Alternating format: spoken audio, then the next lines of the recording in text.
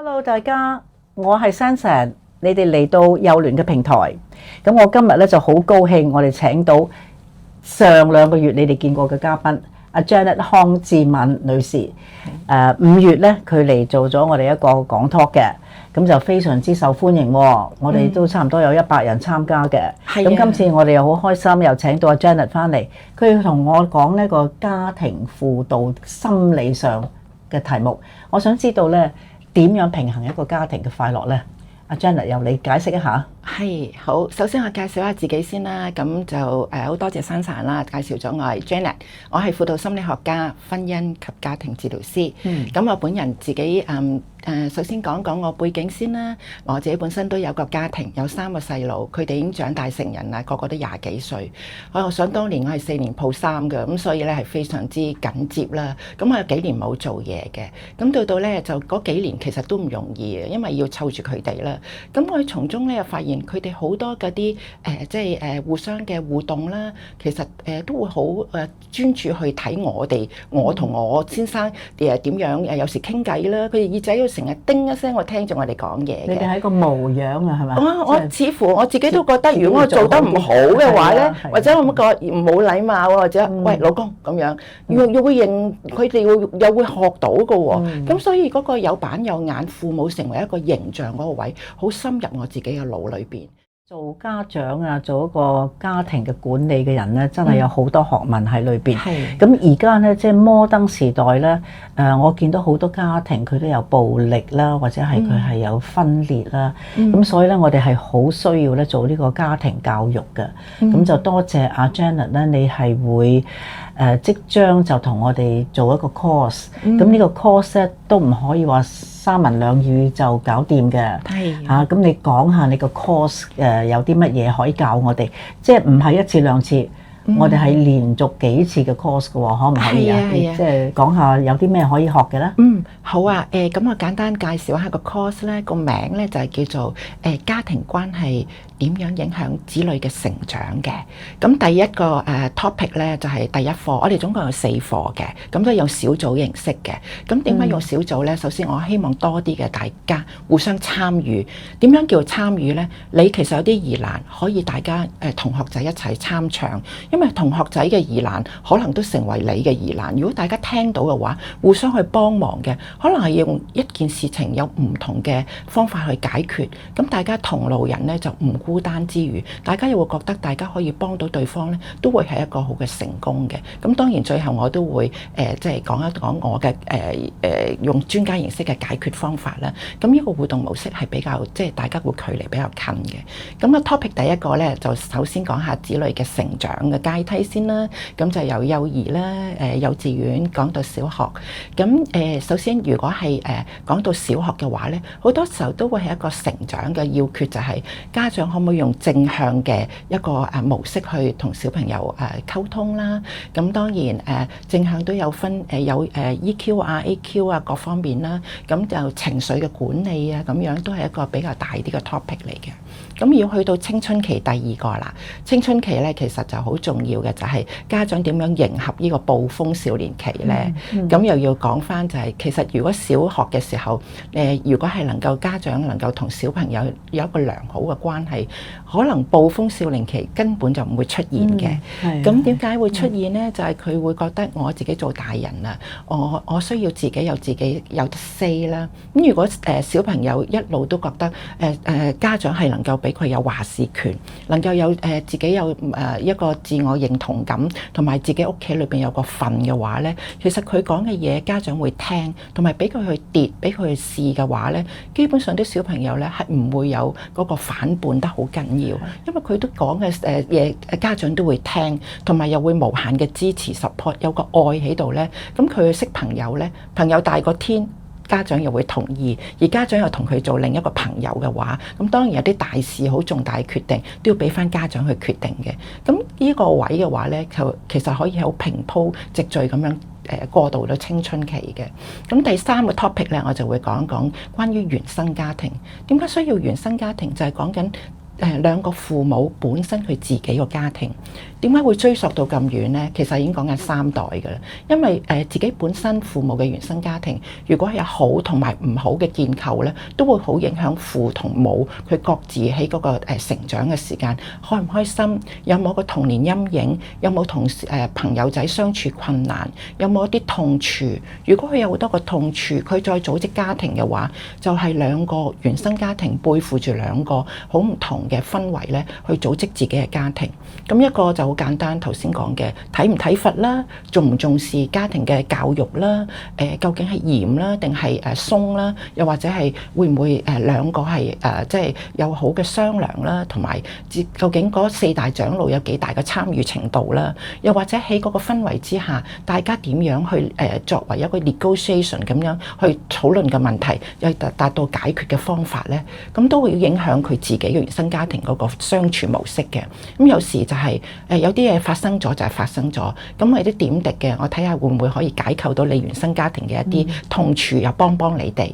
咁第4咧就會講到咧，就係最核心嘅家庭嘅相處模式啊，就係父母有冇個界線俾子女，有啲位係需要有啲空間，但係又要有啲需要有啲禮貌，咁同埋自己究竟點同姻親關係相處，其實子女都會係一個睇到一個 role model 嘅，唔係淨係兩個父母，佢點樣尊重父母嘅父母，即係4大長老都係有個學習嘅。咁總括嚟講，4個 topic 咧都係好豐富嘅。咁希望都有你哋嘅參與。好好啊，好好啊 Janet， 多謝你。咁啊，大家就留意住我哋嘅 Facebook 咯，我哋嘅 IG 咯。咁我哋就係陸續咧會提醒大家，我哋係喺11月頭。咁阿 Janet 就會有4次嘅教學。咁係 on Zoom 嘅。你哋大家咧就係留意住呢個期間啦，點樣報名啦？咁都要快快報名喎。佢話一出街咧就滿座咗咁啊，即係大家會失望啦。咁啊，多謝你今日佢嗰個課程Janet 嘅課程咧係會好豐富嘅，佢個內容係會 cover 晒你成個家庭嘅問題。咁就非常之好啦。咁當然啦，家庭關係好嘅，咁子女成長一定會好嘅，都係我哋呢個即係講座嘅一個 topic 嚟嘅。點樣平衡咧？就係其實都唔係容易嘅。咁我覺得係當時係做嘢噶嘛，然之後你又冇做嘢啦嘛，為咗湊小朋友。係啊，你講得非常啱。其實就好似大家咁，有機會係又有做嘢，有時又會變得冇做嘢。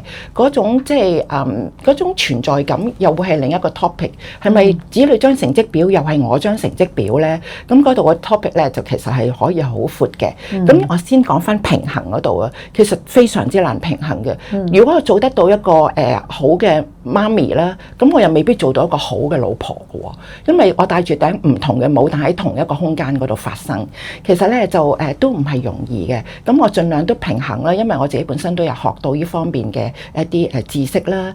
咁所以答你咧，其實真唔容易。我係邊學邊做資格啊！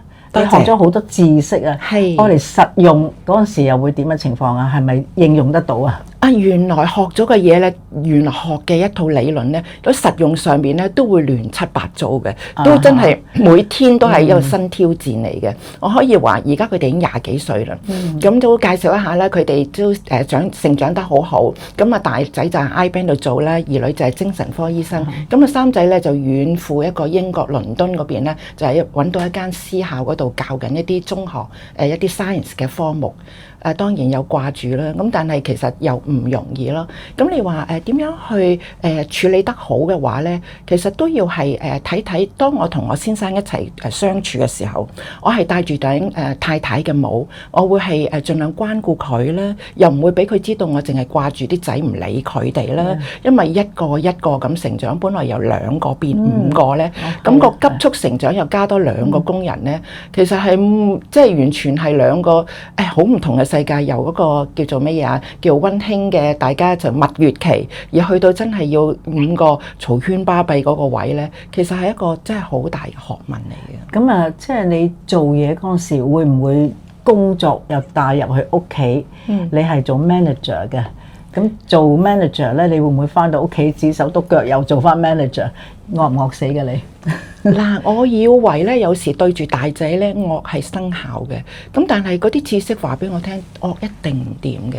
咁有時又會想惡，又唔可以俾自己惡咧，就真係要 take 一個好大嘅深呼吸，跟住我自己有信仰，祈埋禱去幫自己手，咁樣去學問，好多工具嚟到幫你控制自己情緒，係嘛？冇錯啦，仲有喎，如果你對住大仔發脾氣，二女同埋三仔咧，又會好快好乖嘅。哦，咁樣係啦，係啦。咁你嘅先生有冇同你平衡，即係去教仔，即係會唔會係一個強啲，一個咧就軟啲咁樣噶？哦，有冇一個 agreement 啊？你哋兩個嚇？係啊，你問得好好條問題，真係有 agreement 嘅。如果一個冇紅面，一個冇白面咧，其實係幾難做，因為互換角色係唔容易嘅。咁我先生真係去前線嘅，因為我幾年冇做嘢，咁佢翻到嚟嘅時候咧就好放心咁俾我去教啲細路嘅。但係如果需要去做一個管教嘅，做一個譬如即係比較嚴厲啲咧，佢都會可以幫手咯。係，咁你哋兩個即係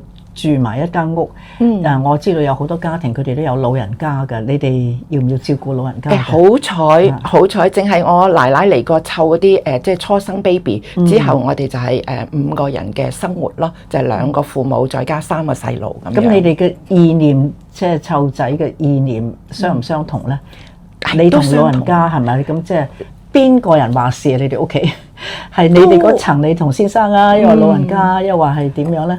仲有工人姐姐喎，係工人姐姐都係under 我嘅 supervision 嘅。咁多數都係我話事嘅，即係唔好介意先生如果聽到嘅，真係我話事。因為如果我又話事，佢又話事，真係會亂嘅。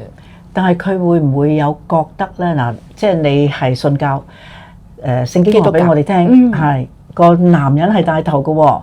咁呢樣嘢點樣睇啊？男人做頭係啱嘅，咁其實我哋有啲枕邊偈咧，就有時有啲即係瞓覺之前有啲 pillow talk 咧，我哋都會一齊會講下我嘅苦處啦。咁先生就話：你唔需要咁苦啊，其實有啲位你又可以咁。咁我又支持你咯，好支持我之後，佢又會好軟性咁話俾我聽，其實你未必需要做依個位置或者依個做法都達到有唔同嘅效果。你點都係好成功啦，一個媽咪嚇，一個太太。多謝。你仲有係一個職業女士，係咪？而家翻出嚟做嘢啦，係咪？係啊，做咗幾年係做 housewife 啦。咁你自己嘅心情又點樣處理咧？有冇緊張啊？有冇壓力啊？因為你係一個專家嚟嘅喎。有嘅，有好多人都好似覺得我係專家，我好似乜都識咁。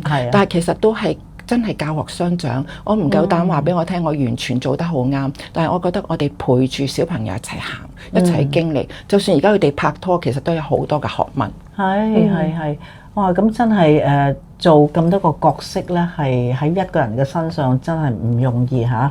咁你講出你自己個心聲啦，咁我就想咧，我哋係安排一個課程，你去擔任主持一個課程，咁就係你講呢啲題目，即係我哋點樣係平衡一個家庭嘅幸福，係咪？咁即係醜嘅事又要講出嚟，唔醜嘅事又講出嚟，悲哀嘅事我哋都可以教導。點樣去處理係咪？咁樣就變咗咧？我哋個家庭唔會話有吵吵鬧鬧啊咁樣，有冇㗎？你哋我哋即係講緊你自己，我自己嘅家庭。你講緊我以前媽咪嘅家庭，又話我而家同我你講啊，講你2代啊嘛，3代啊嘛。係啊。其實我以前爹哋媽咪都有啲小吵鬧嘅，咁但係佢哋好快冇事嘅。咁我同我哥2個咧，我哥都幾錫我，但係年齡層相距成3年幾4年，同埋係男女啦。咁其實我同佢都唔係一個好嘅玩伴，因為佢玩嘅嘢槍啊、車啊嗰啲我又唔啱玩，我真係玩公仔，咁都比較孤獨嘅。喺孤獨嘅成長之下咧，我就好中意識朋友，又好彩我喺個愛嘅家庭長大，我係最細啦，咁就3個都錫我啦，咁我就好識得用愛去表達我嘅語言，去識我嘅朋友。咁有咁嘅氛圍咧，咁我又識到我老公咧，都喺愛嘅環境之中咧，咁我慢慢就會覺得我哋係適合結婚㗎啦。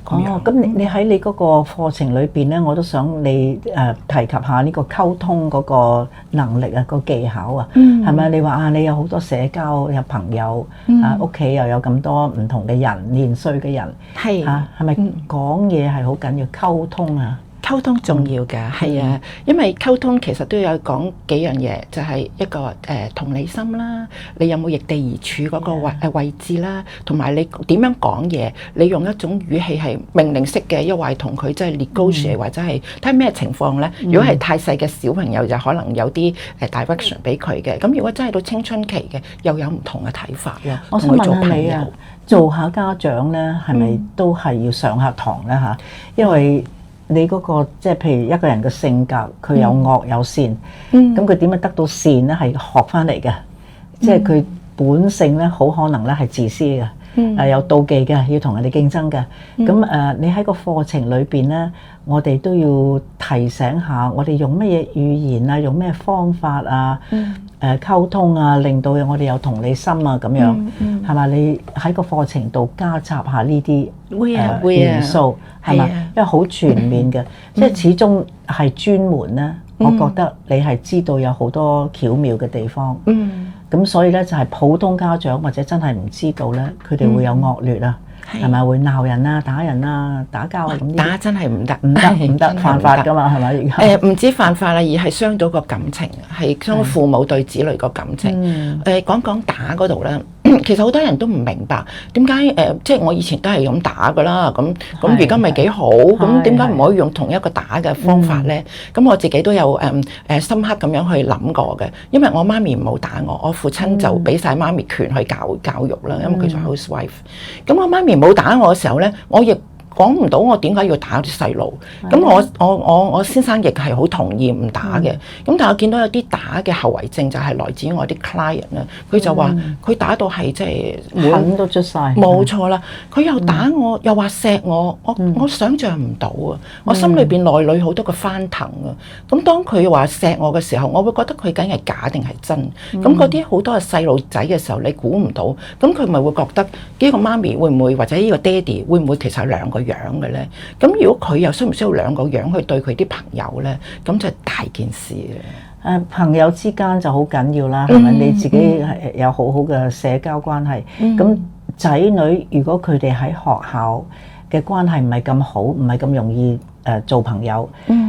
會唔會有時覺得有孤獨啊，或者佢個自信心冇咁強啊？咁當然佢哋而家大咗啦，你係好成功嘅女士，好成功嘅媽咪啦。多謝。咁佢哋會唔會同你傾下㗎？因為我哋想我哋啲觀眾咧知道，如果啲仔女佢喺學校係唔開心嘅，或者俾先生話咗兩句，或者同同學拗咗頸，或者真係有人蝦佢咧，定或者佢又想蝦人，你會點樣處理啊？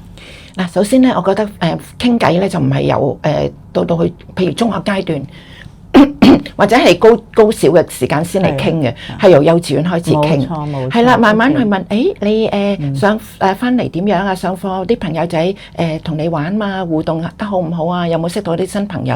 咁樣去慢慢去了解嘅。咁如果真係到佢唔開心嗰刻咧，其實就佢當然可以同父母傾啦。但係好多時候咧，我哋忽略咗一點咧，就其實父母佢自己容唔容易互相傾到偈？如果父母係子女嘅一面鏡嘅話，如果父母佢哋都成日吵吵鬧鬧傾唔到偈嘅時間，又會好影響小朋友點樣同佢嘅童年嘅即係玩伴啦，多數都係同學仔啦，點樣可以建立到個友誼咧？如果尋日媽咪原來講句説話，爹哋會大動干戈嘅話，咁其實佢又會唔會覺得 copy 咗個現象，就係我係要小心講嘢嘅，我會每句説話都要諗過度過先表示自己。冇錯啦，咁佢又唔難，即係唔容易識得一個真正同佢即係可以係知心嘅閨蜜嘅喎。如果難識得閨蜜，又幾難可以 build up 到佢自己嘅個自我認同感啦，同埋佢自己嘅自信心喺呢個班裏邊嘅位置啦，同埋如果佢真係有疑難嘅時候，揾唔揾到老友，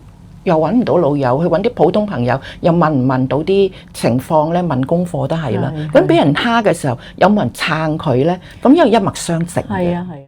再次多謝你 Janet，我哋到時再見。好，多謝。拜拜。拜拜。